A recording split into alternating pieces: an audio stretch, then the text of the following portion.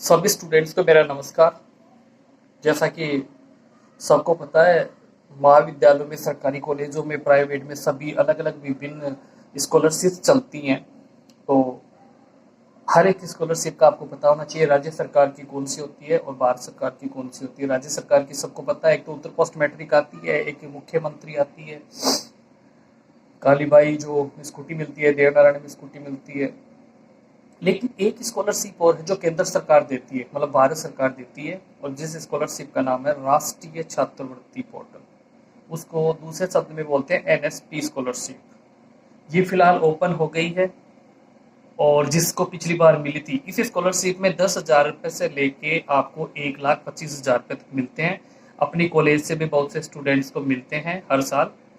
और इसमें लास्ट जो है 1,25,000 तक बढ़ते हैं, लेकिन लास्ट जो है 36,000 भी मिलते हैं। जैसे पिछली बार एक स्टूडेंट को मिले थे 36,000 रुपये, और 2-3 स्टूडेंट्स को जैसे मेरे पास आते हैं वैसे मैं उस हिसाब से बताऊँ, 10,000 रुपये मिले थे, किसी को 24,000, ऐसे कुछ मिलते रहते हैं। इसकी विभिन्न बात कर लेते हैं। पहले तो वो स्टूडेंट जो पिछले साल अप्लाई किए थे वो रीन्यू कर सकते हैं, उनके लिए पोर्टल चालू हो गया है। अब रीन्यू करने के लिए आपको क्या चाहिएगा वो मैं बता देता हूँ। उसके बाद मैं बताऊंगा कि कौन नए स्टूडेंट कौन कौन अप्लाई कर सकते हैं। तो रीन्यू वो स्टूडेंट करेंगे जो पिछले साल स्कॉलरशिप एनएसपी, ये मतलब राष्ट्रीय छात्रवृत्ति जो भारत सरकार देती है, उसको फॉर्म भरा था। उनको 10,000 रुपये, 12,000, 15,000, कितने भी 36,000 तक मिलते हैं। और जो मैंने 1,25,000 बताए वो हाई लेवल की एजुकेशन जो होती है, एमबीबीएस वगैरह, उनमें मिलते हैं। तो अपनी कॉलेज लेवल पे 36,000 रुपये तक मिलते हैं। तो वो अपना फॉर्म रीन्यू करें। नज़दीकी मित्र पे जाके आप पिछली बार के रजिस्ट्रेशन नंबर और पासवर्ड लगाकर अपना फॉर्म रिन्यू करें। रिन्यू करने के लिए आपको क्या लेके जाना है, तो आधार कार्ड लेके जाना है, आपको बैंक की पासबुक लेके जानी है, आपको मार्कशीट में पास होना चाहिए, फेल वगैरह कुछ नहीं चलेगा इसमें। अगर आप फेल हो गए तो आप रिन्यू नहीं कर पाएंगे, because you are not eligible for this scholarship. उसमें लिखा जाएगा जैसे आप अप्लाई करेंगे, क्योंकि स्टेटस लिखनी पड़ती है उसमें, पास या फेल। तो फेल जैसे करेंगे तो वहाँ लिखा जाएगा। मैंने ट्राई किया था, मैंने देखा था। तो आप अगर पास हो गए हैं पिछले साल से और 60% से पास हुए हैं तो आप रिन्यू कीजिए। इस साल आपको, पिछली बार 10,000 मिले थे तो इस साल ज़्यादा मिलेंगे, ये होता है इसमें। हर तीनों साल अलग अलग टाइप्स मिलते हैं।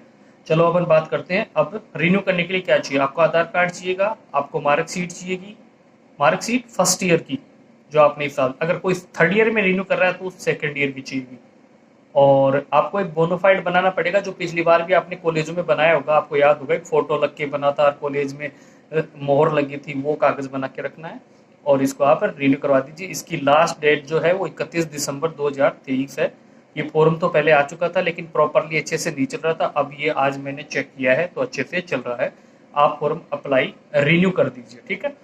तो ये हो गया। अब वो स्टूडेंट जो अप्लाई करना चाहते हैं, जो फर्स्ट ईयर में भरना चाहते हैं, किसी भी क्लास में है, बीएससी, बीकॉम, बीएस, जो भी है, तो उनकी कुछ शर्तें हैं। पहली शर्त, आप 12वीं में किसी भी मेरिट में नहीं चुने गए हो। जैसे राज्य सरकार की कोई मेरिट आई हो, उसमें आप नहीं चुने गए हो 12वीं में, फर्स्ट ईयर में नहीं, 12वीं में। 12वीं में जैसे आपने स्कूटी वगैरह भरी, उस मेरिट में आपका नाम आ गया तो आप इसको नहीं भर सकते। और आप स्टेट मेरिट में आए हो तो इसको नहीं भर सकते। इसके जो नए स्टूडेंट हो वो अप्लाई कर सकते हैं अगर आपने नहीं गए, ठीक है। फर्स्ट ईयर की पहली शर्त होगी। दूसरी शर्त है आपको कितनी परसेंटेज चाहिए इसके। इसमें कोई भी जाति का रोल नहीं है, सभी जाति इसमें अप्लाई करती हैं और इसमें मिनिमम 60% होनी चाहिए, तभी आप नेशनल स्कॉलरशिप के लिए अप्लाई कर सकते हैं, ठीक है। और इसमें कौन कौन अप्लाई कर सकता है, भारत में अध्ययनरत छात्र और छात्राएं जो किसी भी संस्था में पढ़ते हो, सरकारी संस्था में, अधिकांश तो सरकारी संस्था के अप्लाई करते हैं, बाकी आप प्राइवेट में हो तो चेक कर लीजिएगा, ठीक है जी। इसमें 1,000 से 1,00,000 10,000 से लेके 1,25,000 तक मिलते हैं। वो मैंने आपको पहले बता दिया था किस टाइप के लोगों को 1,00,000 से 25,000 से अलग अलग मिलते हैं, ठीक है। इसकी जो डाउट है मैं आपको बता देता हूँ, ठीक है। और इसके लाभार्थी कौन है, देश के सभी छात्र लाभार्थी हैं। इस पोर्टल का नाम है नेशनल स्कॉलरशिप पोर्टल 2023-24 और ये 31 जुलाई से प्रारंभ हुआ था, 31 दिसंबर तक चलेगा। इसके बाद इसमें और क्या है, नेक्स्ट स्कॉलरशिप के लिए क्या डॉक्यूमेंट चाहिए? हम्म, इसमें अंतिम परीक्षा मार्कशीट मतलब 12वीं की मार्कशीट चाहिएगी, और आय प्रमाण पत्र चाहिएगा परिवार का। ये दो इम्पोर्टेंट कागज हैं। बाकी आधार कार्ड आपको पता ही है, जन आधार का इसमें कोई रोल नहीं है, क्योंकि स्टेट में जो स्टेट में जो स्कॉलरशिप मिलती है उसमें ही जन आधार चाहिए, बाकी इसमें नहीं चाहिए। और 12वीं में कम से कम आपको 60% होनी चाहिए, किसी भी जाति से हो आप। और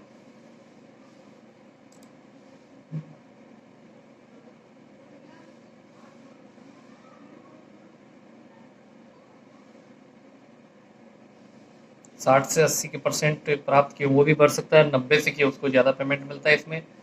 तो कहने का मतलब ये है कि आप अगर 12वीं में 60% लेके आए हो और आपको ये फॉर्म भरना है राष्ट्रीय छात्रवृत्ति योजना का, तो आप नज़दीकी मित्र पे जाके और उनको बोलना है कि मुझे नेशनल स्कॉलरशिप का फॉर्म भरना है।